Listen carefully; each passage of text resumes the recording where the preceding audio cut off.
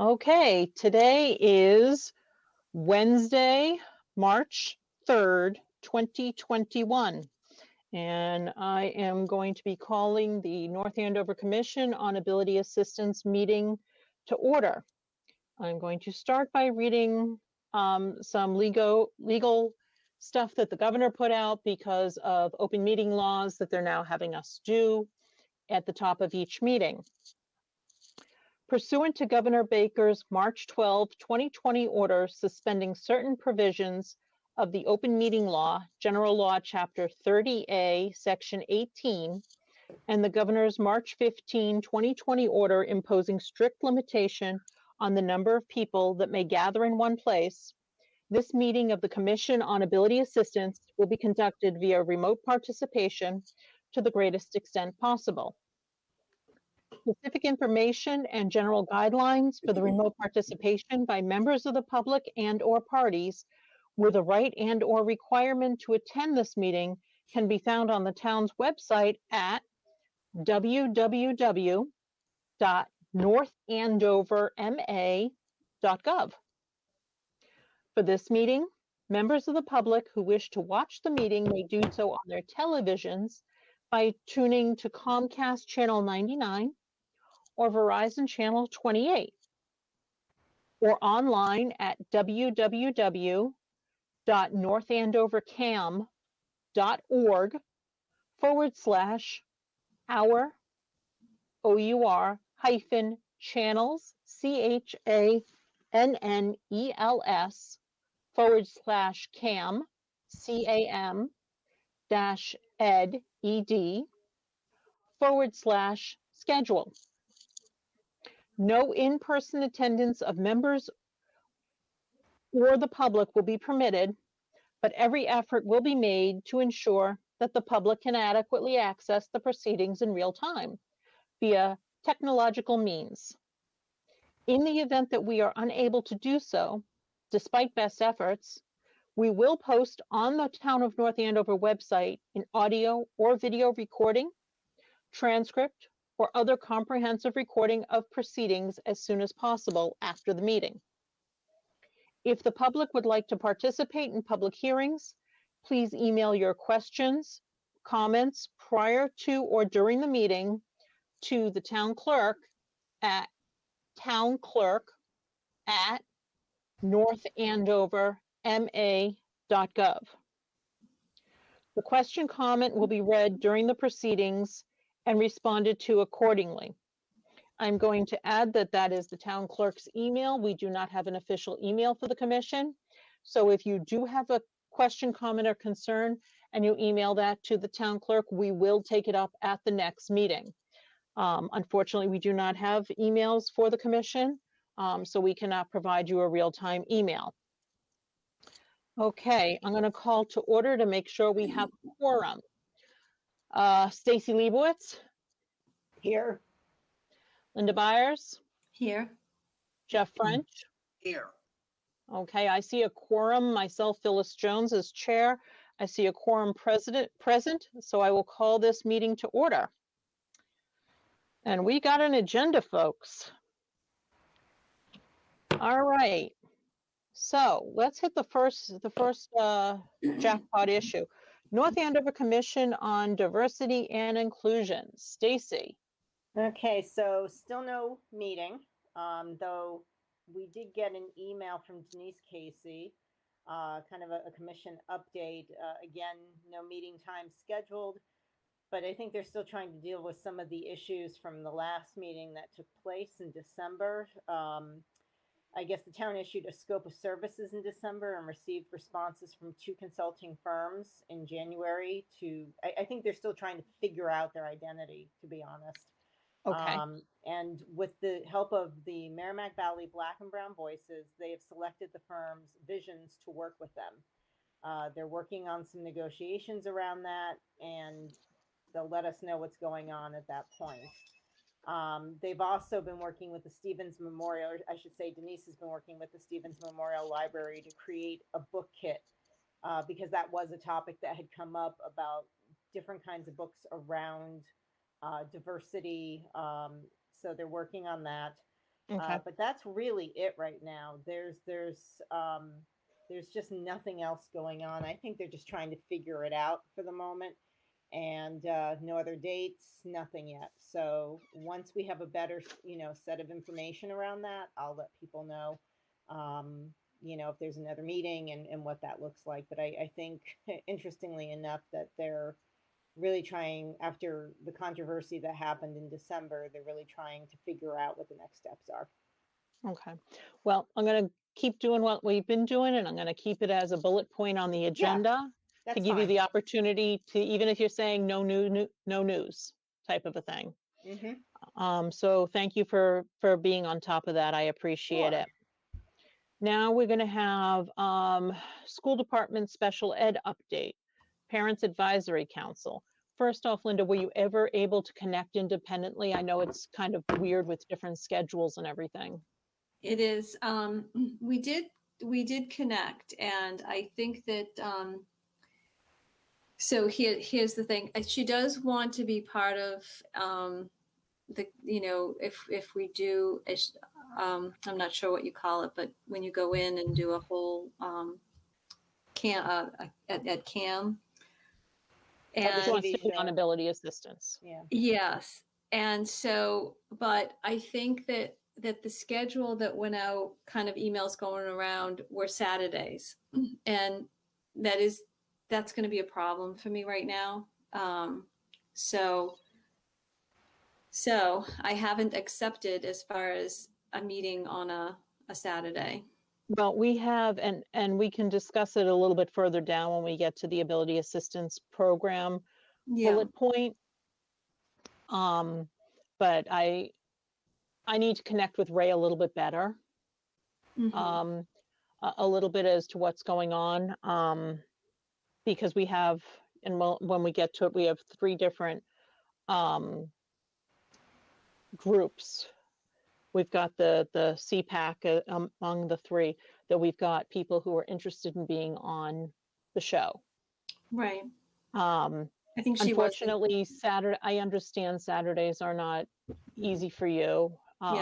Unfortunately, I can't do weeknights. So,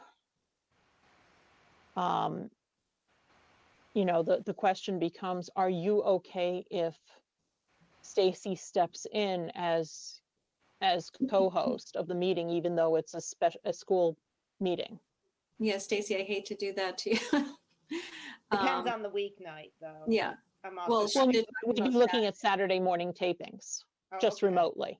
Yeah, they were talking more of a Saturday morning taping. Okay, so it would be you and me, Phyllis? Yeah, as normal. The only reason why we were going to have Linda on was because she's the special ed liaison. Is, I'm good either way, and I'm happy to help out as long as I know in advance what that date is.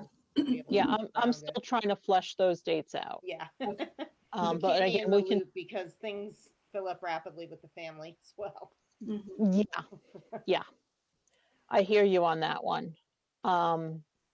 So okay. So, but other than that, there has been no other connection that you've been, have you gone to any Cpac meetings remotely or anything along that? No, I have not been able to do that. No. Okay.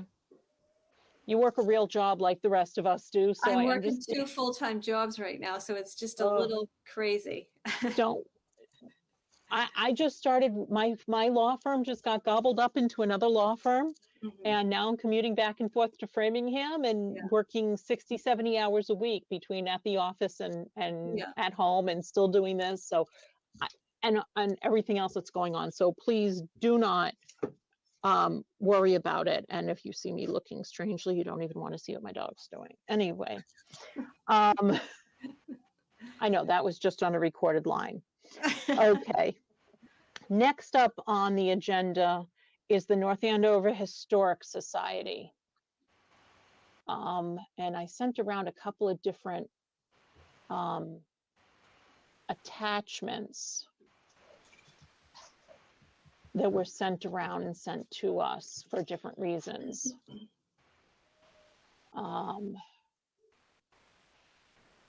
The one, The one It was granted regarding, their exemption.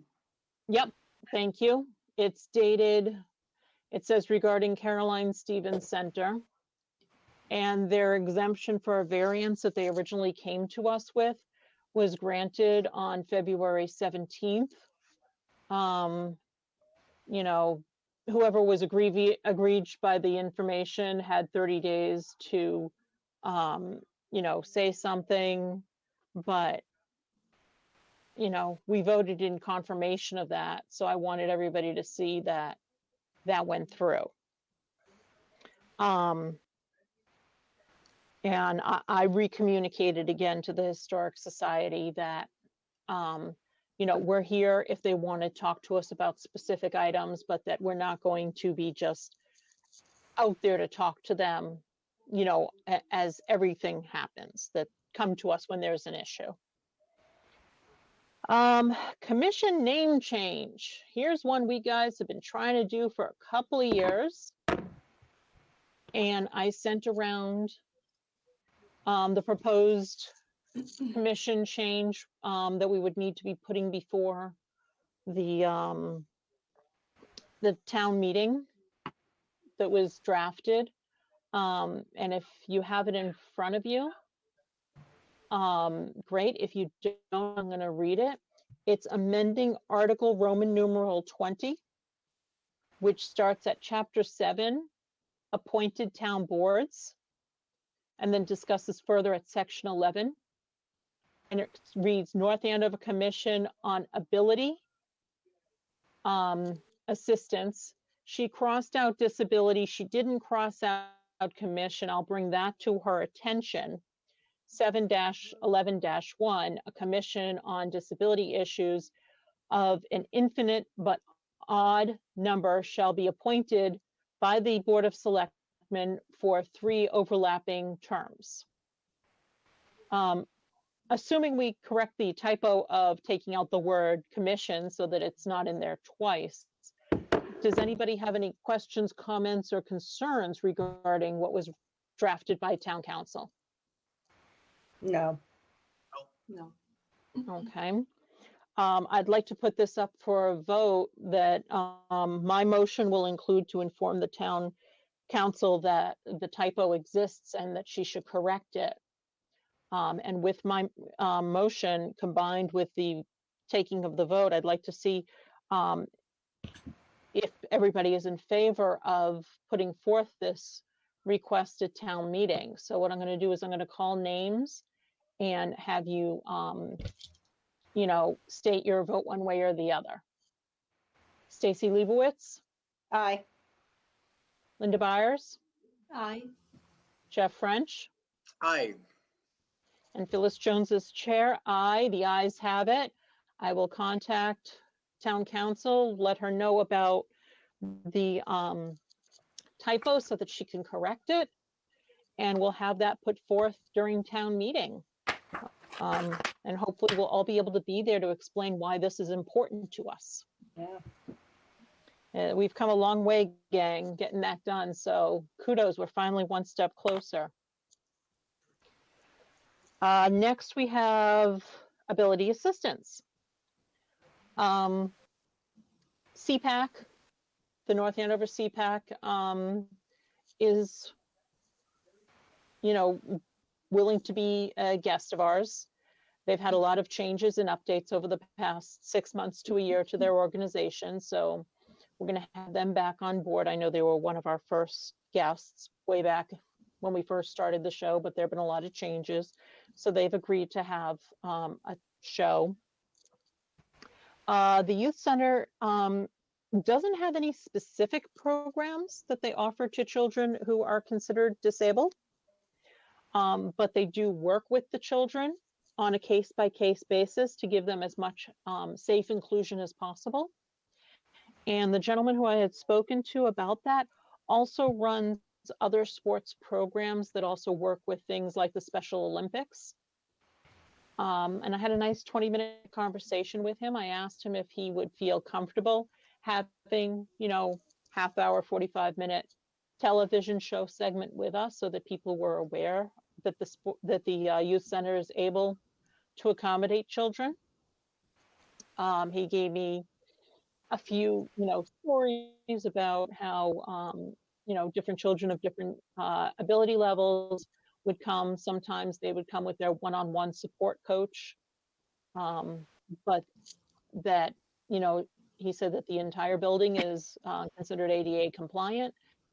And he can talk to us about different things that the youth center has done to make it more accessible program-wise for the kids, minus COVID, obviously.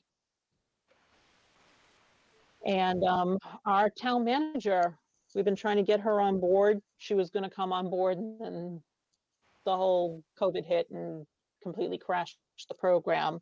She's agreed to come on board. So that's 3 programs right there we've got to book dates on. That should take us up until roughly the summer, which should give me some time to breathe and try to see what we can do for getting some nonprofits or government agencies and putting them together. I was talking with Christina, State Representative Minicucci of the 14th Essex for part of North Andover. I was talking to Christina and asked her to get, for some assistance, perhaps maybe an introduction to KCON like we were discussing. She said that, she would be happy to do whatever she could to help us get some information out there about what's going on Beacon Hill to update everybody. I am attending online tomorrow the Massachusetts Office on Disability. Typically every year has their convention. They didn't have it last year because of COVID, and the convention has moved to virtual this year. So I'm going to be attending that virtually tomorrow. So maybe we can, see who else we can bring on board. And even when life returns to normal, perhaps maybe we can think more about having guests who are a little further away geographically or who may not be able to get into town as easily. And we can talk about trying to do those episodes in a more remote fashion so that we can broaden our reach. So I can report back next month as to what I find out and see what's going on with that. Next matter on the hit parade is the CAP Realty Trust. That was a letter that was forwarded to me by the town. It was CC'd to the commission and sent to the town by the Division of Professional Licensure as a first notice. And CAP Realty Trust owns commercial office spaces at 555 Turnpike Street, which, if I'm remembering properly, when I looked at everything, that seems to be the business park on 114 next to, but not across the street from Stop and Shop. No. I think it's across from Starbucks. No, you're right. You're right, Yeah. Linda. It's across from Starbucks. It would be adjacent to the old Rite Aid. Right. It's a 3-building Yeah. complex. It's 565, 575, and 555. Yeah. The attorney defers to her 2 realtors in the room. Hey, I'll admit when I'm wrong. I've never been afraid to admit when I'm wrong. I go to 3 of those buildings for various doctors' health appointments, so I'm familiar with them. Yeah. Okay, well, let me ask you then, because you saw the variance and the complaint that was forwarded to us by the state.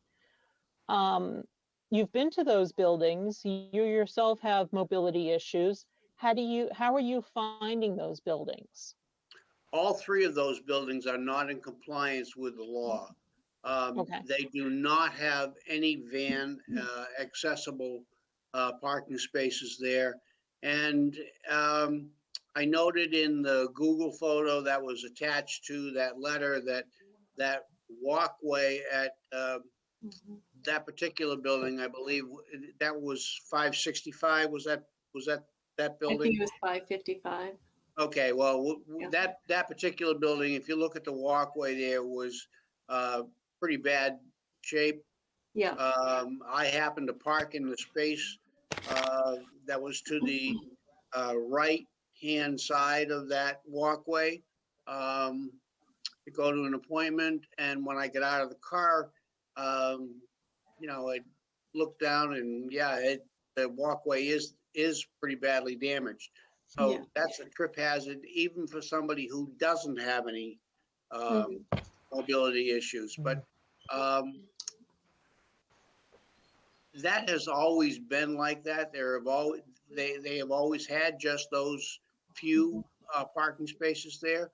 So I don't know if there's a grandfather issue that goes back to that. I don't think they qualify for that. But I would certainly, think that the grandfather issue goes to the structure of the building itself, not to the, yes, not to the parking. And not just the parking, but the actual access to get in hasn't been really kept up either. It's in rough shape. I know that I brought a family member who has difficulty walking, and it is rough to get in. They had a difficult time. is there no ramp? Like I know, for example, in the building I used to work in Stoneham, it's an older building. So there were 3 or 4 steps to get up, but for the first floor, there was a ramp in the back that you could utilize. No, that's one thing about it. There are no steps to get into those particular buildings. So there's relatively easy access from that standpoint. Okay. However, there are 2 doors that must be opened. And if you're in a wheelchair, because those are not wheelchair friendly doors, Yep. it makes it very difficult. That you have to go into one. There's an alcove, Yeah. and then you go into another door. And I'm not sure, Linda, if the doorways on the side of the building are any different than that. But there's no handicap parking spaces over on that side, from what I can gather. Right. There's no handicap parking spaces by the handicap. No, I What? think he's referring to this, rather than those particular sides, the other sides of the building. No, I don't recall. I'd have to look again, but I don't recall seeing any handicap spaces on that side, on the other sides. No, I believe they're to the front, Yeah, the Turnpike Street right, side of the building. There aren't a lot of them either. There are a lot of parking spaces there right. in the rear and to the side of the back building, both left and right. And so Yeah, I don't know if they even conform to the number of spaces that they should be having. I'm sorry, I'm not versed on that right now. I have not looked up the regulation about how many spaces they need to have. right. Okay. Yeah, they do have a lot of parking spaces and very little handicap. So I don't know what the ratio should be either, but Okay, well, I'm looking at the letter. It says, these were the reported violations. 1 in every 8 accessible spaces, but not less than 1, shall be van accessible. Compliance officer Mark Lesser observed on Google Maps that there are no van accessible parking spaces and no access aisles 8 feet wide for a van accessible parking space. So that goes to, Jeff, what you were saying about no van parking. 23.46A B, if I'm reading that correctly.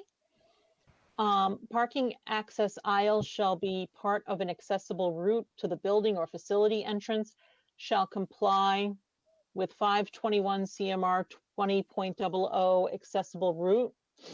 access aisles adjacent to accessible spaces shall be 5 feet wide minimum, except adjacent to van accessible spaces. The access aisle shall be a minimum of 8 feet. And then compliance officer Mark Lesser noted that the accessible parking spaces in front of building 555 do not have access aisles, which should be 5 feet wide and should be clearly striped with diagonal stripes. Right. Yeah. And I'm he sorry, is Linda, you were correct. going to say something? He is correct in that they are not properly marked or of the proper size. Okay. Is there any marking whatsoever? Yes, there is handicap signage, and I believe the spaces, yes, I know the spaces are marked, painted with the handicap logo, so that they do designate that there are spaces, but they are the standard car space.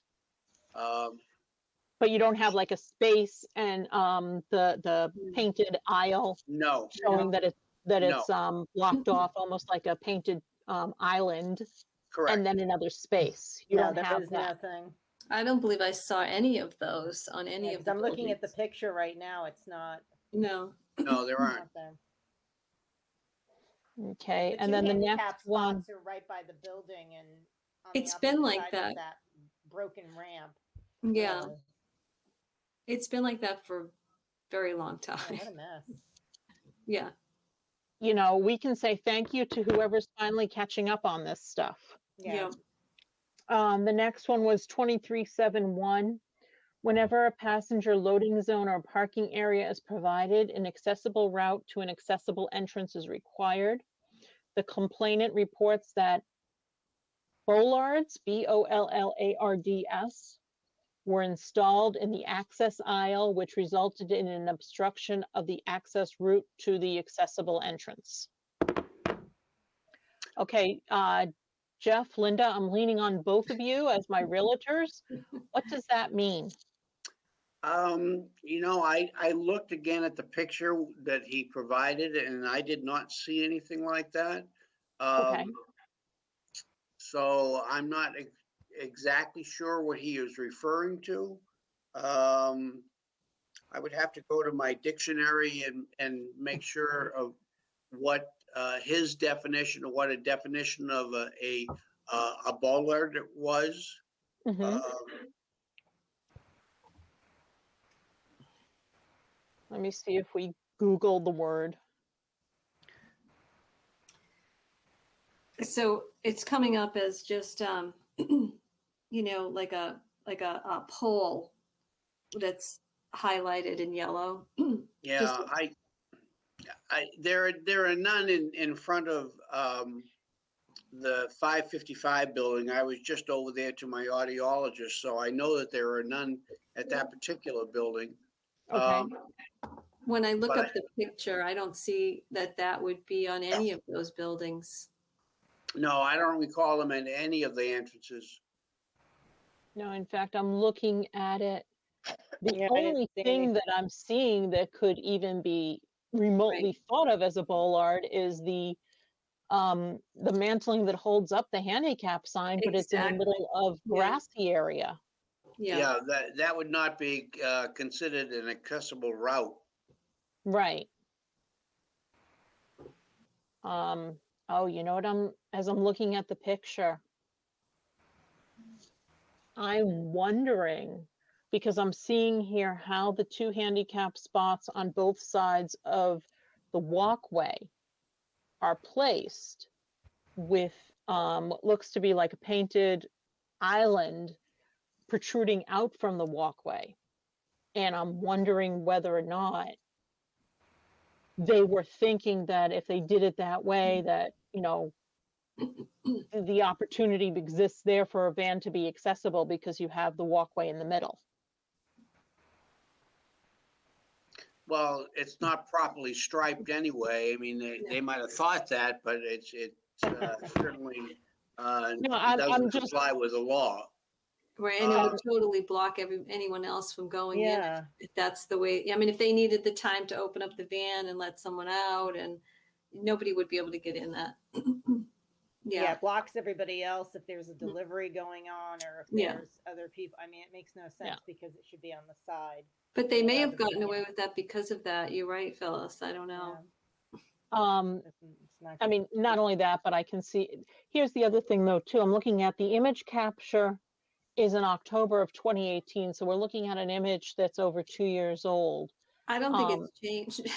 I was about to say, you guys have been there. Has it I was changed? just there back in February, and I parked in that. If you're looking at that that picture, I parked in that right-hand space. There is nothing there. There is no bollards. There's no access way. The picture is correct, with maybe the exception they have repaired that sidewalk. I don't recall Okay. specifically. Pardon me. You So okay?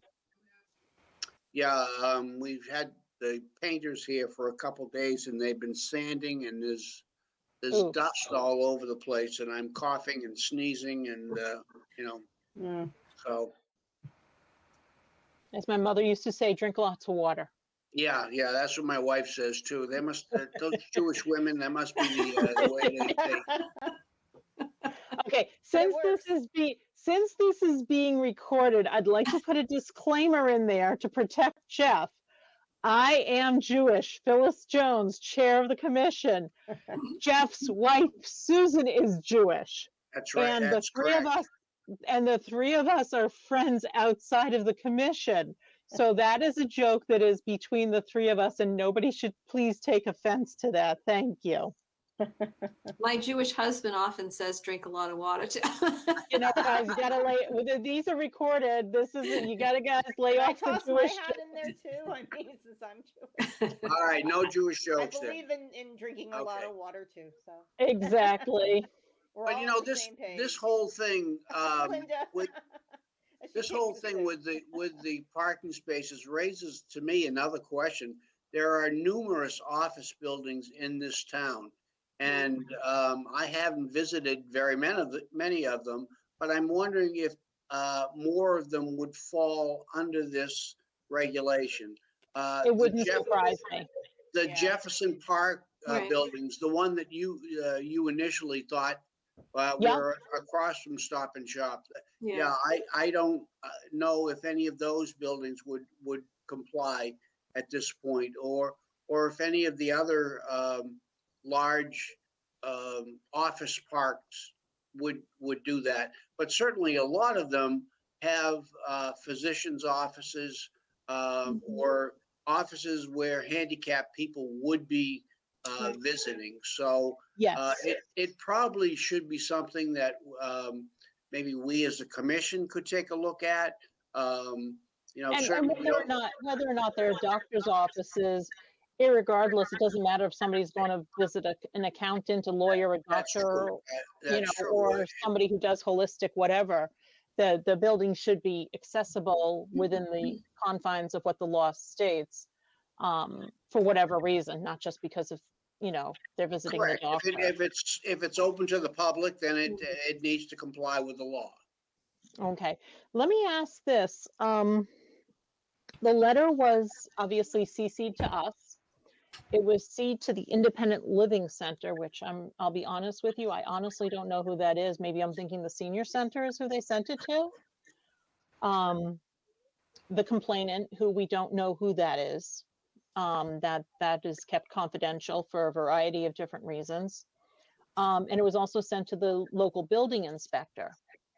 I'd like to take a vote on allowing me to reach out to the building inspector to see what, if anything, they have done with this particular letter, and to follow up and see what, if anything, we as a commission might be able to do to assist them in ensuring that the commercial spaces here in the town are to the best as possible code. I mean, if you have a building from 1965 that's exempt from internal ability access, but not exempt from external ability access, i.e. the parking lot, maybe working with the board to find out, what we can do. Do they need our help in any way, shape, or form to figure things out? Mhm. So I'd like to put that motion on the board for me to follow up with, unless Jeff, you want to do it as a realtor. No, I will allow you to do that as chairman, Chairwoman. chairperson, chairperson. Or I'll even throw it out there to you, Linda. You're also a realtor. Do you want to take it up, or do you want me to do it? I have full confidence in you, Phyllis. Our leader. Our fearless leader. Yes. Okay. All right. So I'm putting a motion on the board for the commission through me to reach out to the local building inspector to discuss what, if any, steps they have taken regarding the letter dated February 22nd regarding commercial offices at 555 Turnpike Street. And the second part of that is to also ask them if there's anything we can do to assist them in, helping them determine other commercial buildings that may or may not need to be updated. So I'm going to put that out for a motion. I'm going to call on you one at a time. Stacy Leibowitz, Aye. Linda Byers, Aye. Jeff French, Aye. Phyllis Jones is chair. Aye. The ayes have it. I will reach out to find out what, if anything, that they've done, so that we can figure out from there at the next meeting what, if anything, we should do. And then I have on here public comment. I have not received anything. I had gotten an email that the town had forwarded me. There was somebody who was interested in learning more about what the Committee on Diversity and Inclusion was doing. But they didn't know how to find us as in terms of our meeting. I asked the town to re-forward them some information I had received, which was part of the legal notices that I had to read at the beginning of the meeting. So I don't know if we will get any public comment on that based upon that. And other than that, God bless you. Thank are you. there any comments? God bless you, Stacy. Thanks. Public comments, concerns, anything anybody wants to bring up to discuss that didn't make it to the agenda? Nope. No. No. Okay. Then I will put a motion out that we will conclude this evening's meeting, and we will convene again on Wednesday, April 7th, 2021 at 6:30 p.m. I'm going to take it for a roll. Stacy, Aye.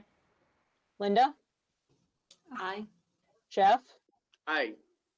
and Phyllis says chair aye. So I conclude today's meeting. Everybody, I know we've got the holidays coming up, whether it be Passover or Easter, whatever you celebrate. Wish you well in your holidays, and see you next month, gang. Thank you. Sounds good. All right. Take care, Thank you all. everyone. Bye-bye. Stay healthy. Bye. You too.